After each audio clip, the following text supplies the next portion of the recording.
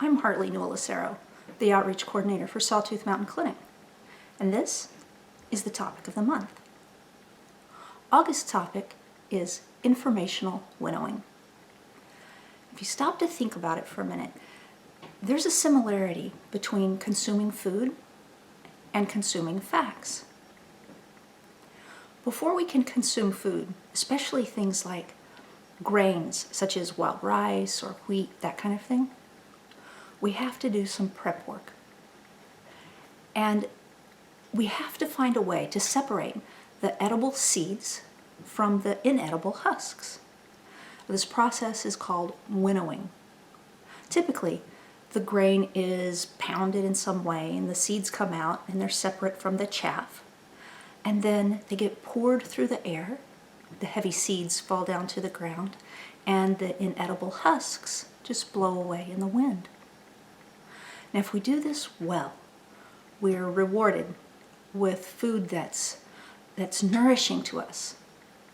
If we do it poorly, though, we'll either throw away too much of the good food, or we'll end up keeping and eating too much of the inedible bits. The same kind of prep work needs to happen before we consume information. Now, it's not exactly the same. We're not going to beat wheat before we watch the news, but we do have to find a way to separate the information that's going to nourish us from all of the other stuff that's out there.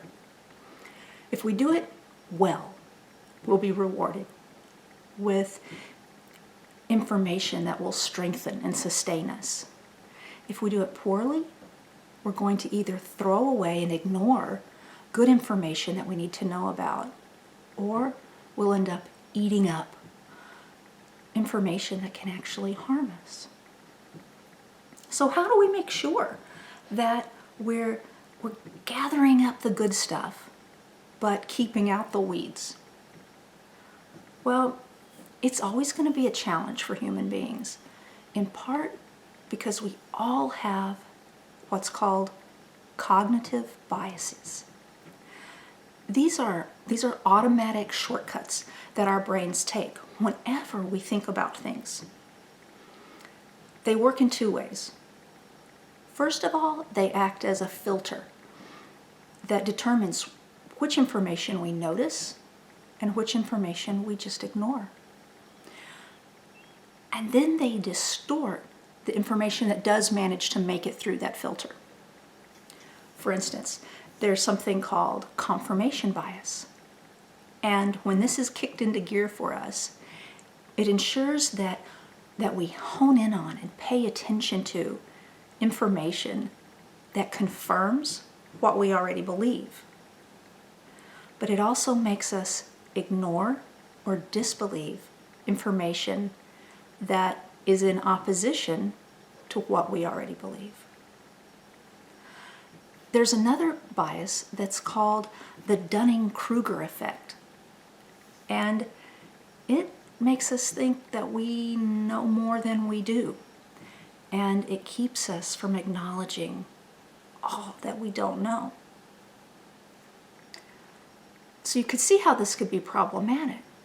But when we acknowledge and understand that all of our thinking is done under the influence of these cognitive biases, we can go ahead and build in workarounds that will help us overcome our blind spots. There's 3 things that we can do to help build in these workarounds. We can choose curiosity over conviction. So if we approach interactions as opportunities to learn and with a sense of curiosity, instead of arguments to win, then we've created openings for aha moments of understanding. Number 2, we can actually go looking for different viewpoints. When we leave our comfortable echo chambers, then we are almost guaranteed to hear points of view that will shift or broaden our perspectives. And number 3, we can watch ourselves think. So here's an experiment you might want to try. The next time that you feel very right about something, pause. Examine your assumptions and then search out ways to prove yourself wrong. Now, playing devil's advocate for yourself takes a lot of bravery because it's not an easy thing to do, but the payoff is more deliberate and balanced decision making. What happens, though, when our more thoughtful thinking leads us to understand that we were wrong about something? This is uncomfortable, but it's necessary. Our resistance to being wrong keeps us trapped in ruts of thinking and ruts of behavior. And it can even keep us trapped in situations that don't work for us anymore. We can actually get better at being wrong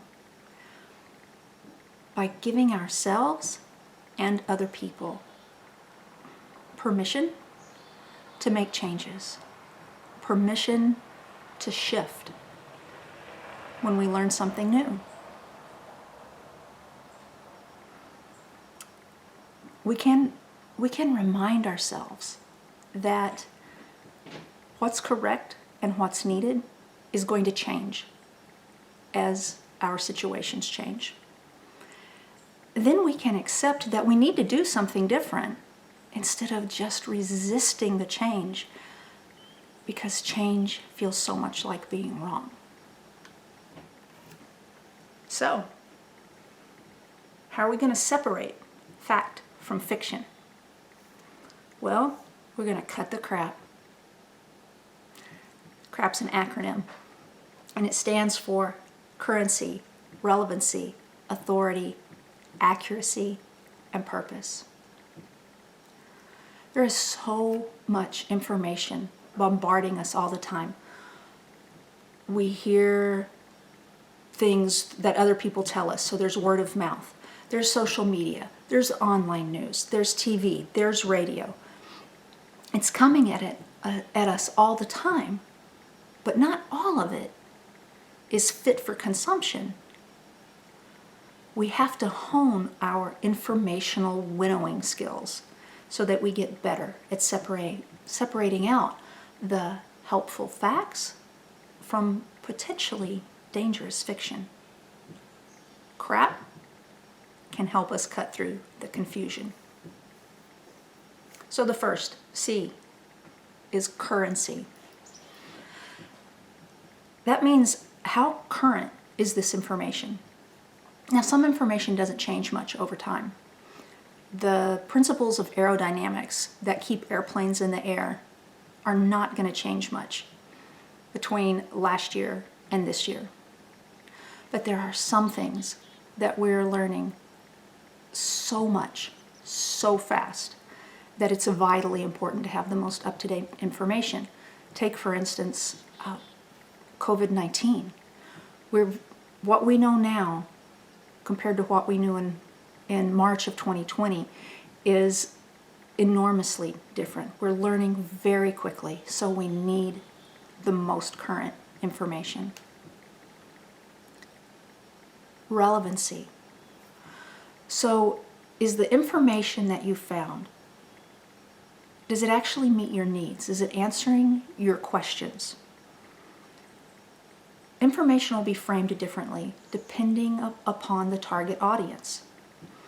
So you have to analyze the information that's in front of you and decide, is there enough complexity to answer your questions, or is it too simplistic? Is there not enough information to actually answer your question?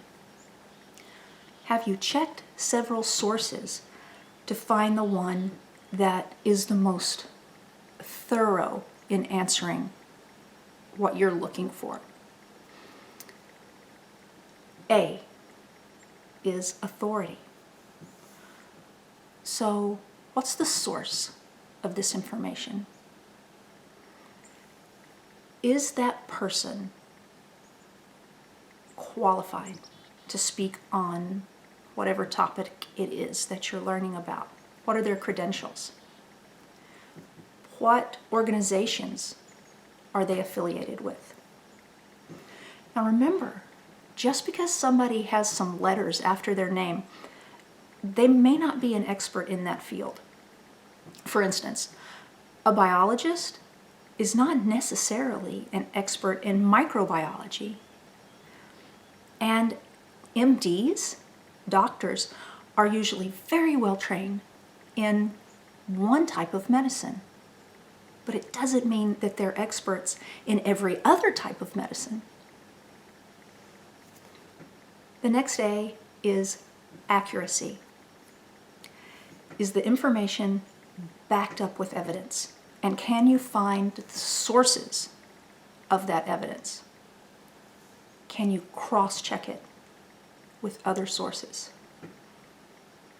Has the information been reviewed by people with expertise in that field?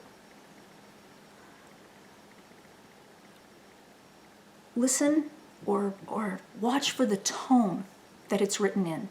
Is it meant to provide you with information, or is the tone meant to rile you up or just whip up your emotions?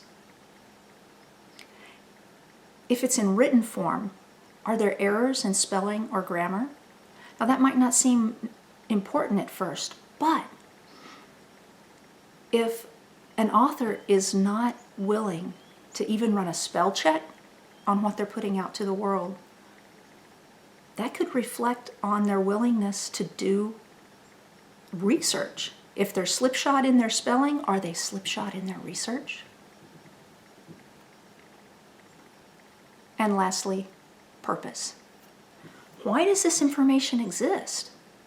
Is it to inform? Is it to teach? Is it to sell you something? Is it to entertain you? Is it to persuade you? Are the creators or sponsors upfront about their intentions? Or are they trying to camouflage one thing as another? For instance, are they trying to sell you something, but they've made it look like they're trying to inform you or teach you? Is what you're seeing or reading, is it fact or opinion? It's important to be able to separate those things out. Is the point of view that's presented, is it objective and impartial, or are there obvious biases? Or are there not so obvious biases? They could be political, ideological, cultural, religious, institutional, or personal. It's important to acknowledge those. Doesn't make it bad, it's just important to know that they're there. So, part of your informational winnowing will be fact-checking. In the written topic of the month, I have some links to sources that are well regarded for their fact-checking capacity. You can go there and just link straight through. Factcheck.org, Snopes.com, and NewsGuardTech.com.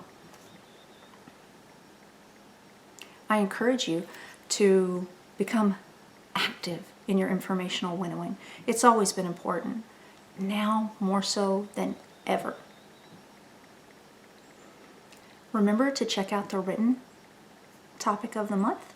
You can find it on our website, sawtoothmountainclinic.org. And in fact, you can find our whole library of topics of the month going back through 2017. There's a lot of good stuff. Thank you for watching.